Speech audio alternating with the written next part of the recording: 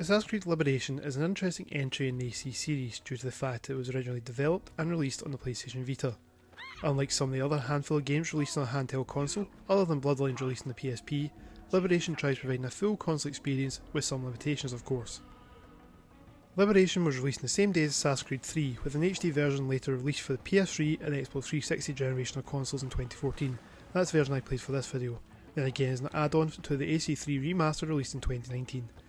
As the last game to be released on a handheld console, I'm not including the Switch in this since it's technically classed as a home console, or any mobile releases as their own weird and wonderful things, and how the game reviewed might be the reason why.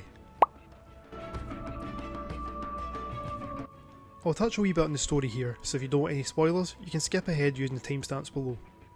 The game is set around the same time as AC3, but instead of being located in the northeast of America, focus has been shifted to the south in and around New Orleans, which is under the control of the Spanish in the wake of the French and Indian War. Due to location, there is an emphasis on slavery and how certain people are treated during this time period. The new main character introduced is the half-French, half-African assassin Aveline de Grand Prix, who is also the first playable female assassin in the series and will remain so until Evie Fry in AC Syndicate 3 years later. Aveline was born to the wealthy French businessman Philippe de Grand Prix and a former African slave Jeanne. Apologies for the butchering of any names there. Aveline's mother disappeared suddenly one day when she was young, so she was raised by her father and stepmother, Madeleine de Lys. Due to her privileged upbringing, Aveline was granted certain benefits in life, but this wasn't enough for her. Seeing others being less fortunate than herself, she strived to help however she could.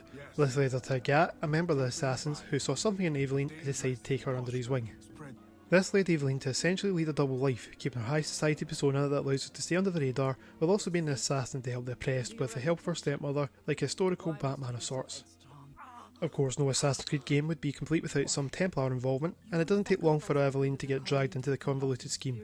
A plot is uncovered that the Templars are trying to take over New Orleans for some reason, which sends Aveline on a mission to take out any Templar and co-conspirators to try and prevent this from happening.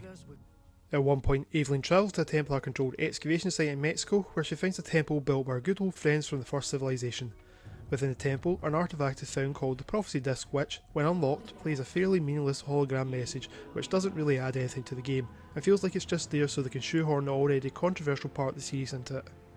While in Mexico, Aveline randomly just happens to bump into her mother. The interactions are brief, while it is insinuated that Jeanne is, or at least was, a Templar, and doesn't want anything to do with Aveline when she learns that she is an assassin, so thinks Aveline has been sent to take her out, so they awkwardly part ways. When Aveline meets her again, Jeanne has completely done a 180 on her feelings, and that's it for their story together. There is also a brief interaction with the main man of AC3, Connor, when Aveline travels to New York in search for a man who is close to the Templars in New Orleans. It is nice to see the interaction between the two, as it helps tie the two games together, but you must only be in the game for about 5 to 10 minutes at most, and then he is off again. Again, not really enough time to establish a connection between the two characters, but I suppose if you want more Connor, just play AC3. It's eventually revealed that Aveline's stepmother is actually a Templar. Plot twist, but not just any Templar, she's the head honcho who goes by the name The Company Man. She offers Aveline the chance to join the order, which it looks like she has accepted, but it's really just a ploy to catch Madeleine off guard and take her down. Now you may be wondering about the modern day side of the game that definitely splits the fanbase, and I can say that it's kept to a minimum here and is almost non-existent. Liberation is where the series decided to take the meta route where, in the world of Assassin's Creed, Liberation is a game that has been created by Abstergo Entertainment, a branch of Abstergo Industries that are the front for the modern day Templars, to allow a normal person to be able to live the memories of someone who is not their ancestor. The only hints to the modern day story are in the initial cutscene to explain what is going on. It also sporadically pops up throughout the game in the form of a hacker group called Erudito, who have access to the game to let the player know that not everything is as it seems. This is due to Abstergo editing out moments from cutscenes that may not show the Templars in the best light, and to make them look more like the good guys than they are. At certain points, a target will be highlighted, and if they are taken out, a previously viewed cutscene will be shown, but unedited this time.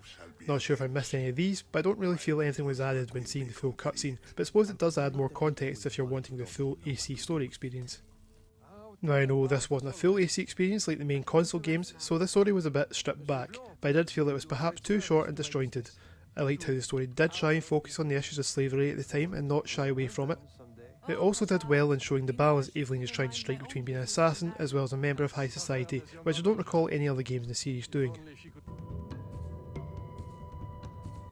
Even though you can tell the game was developed originally for a handheld console due to some of the character models being slightly off and some slightly blurrier textures, the game does use the same Aveline X engine as AC3, so the game does look still pretty good for when it was released. Since I don't have a Vita, I played the HD version released on the Xbox 360, so that obviously upped the textures as well, though possibly also highlighted some of the graphical flaws of the game. I'm not sure if it's a limitation imposed from the originally released hardware, but there are certain areas that feel empty, like rooms that are fairly large but don't have much in them. I do have to admit though that the environment, especially in New Orleans, looks good and you can definitely tell where you are with the distinctive building designs. The improved lighting introduced as part of the new engine was also felt here, especially when it comes to the changes as part of the day-night cycle. The new weather effects introduced in EC3 were not present in Liberation from what I recall. The only slightly different weather in game is the snow in Aveline's short visit to New York, which I suppose does make it stand out from the rest of the game and was a nice difference. It's still not as frustrating to get around in as the beginning section of Red Dead Redemption 2. There are 4 locations that can be visited in the game: New Orleans, the Bayou, Mexico and New York.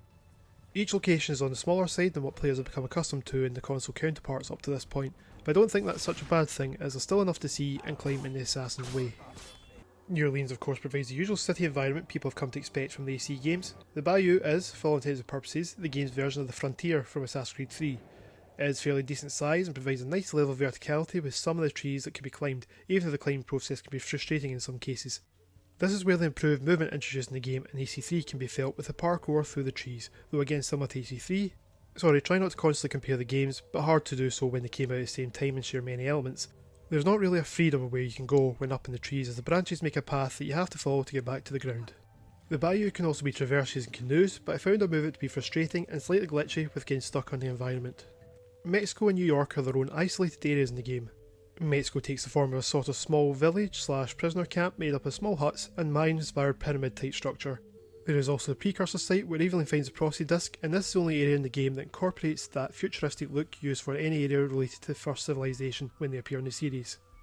New York is a small linear area of the frontier where not much exploring can take place, and probably wouldn't want to anyway since it's covered in deep snow that makes movement around a little slower.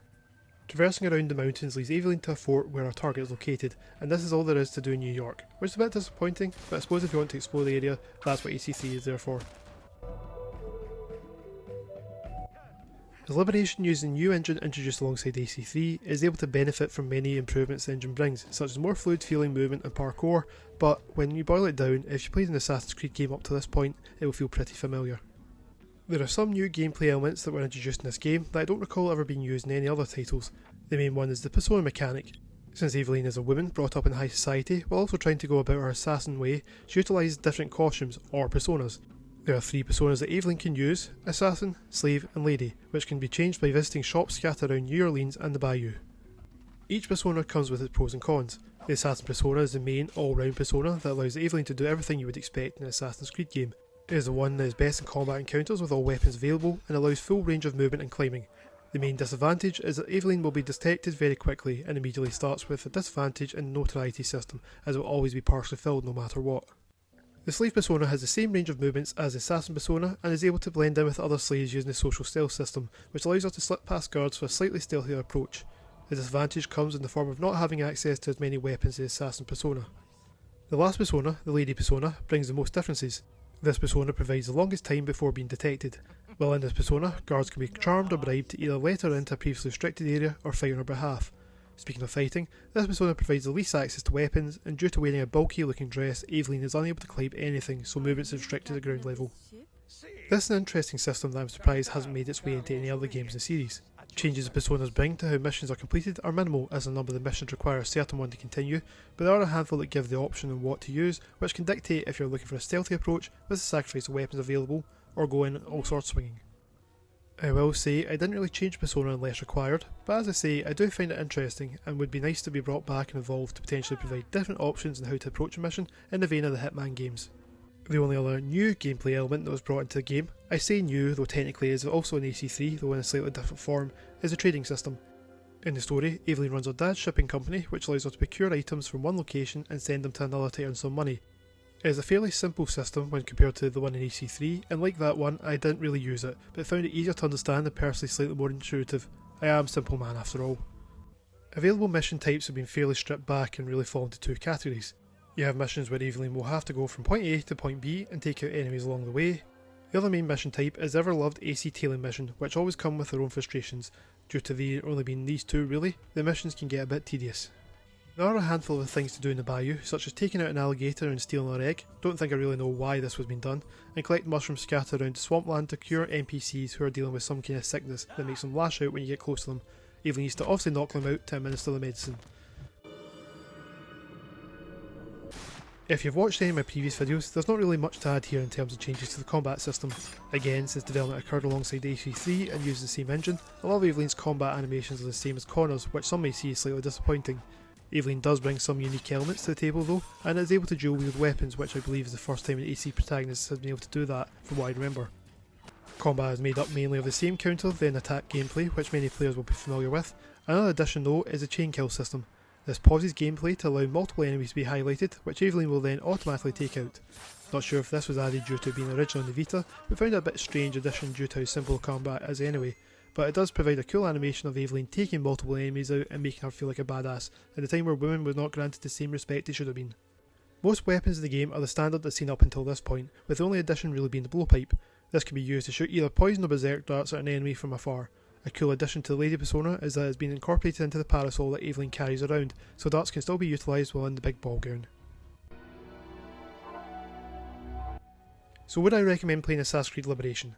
Only really if you have access to it, such as if you want a copy of Assassin's Creed 3 Remastered, because why not since it's there, or if you're a bit like me, someone that wants to try and consume all possible parts of the series.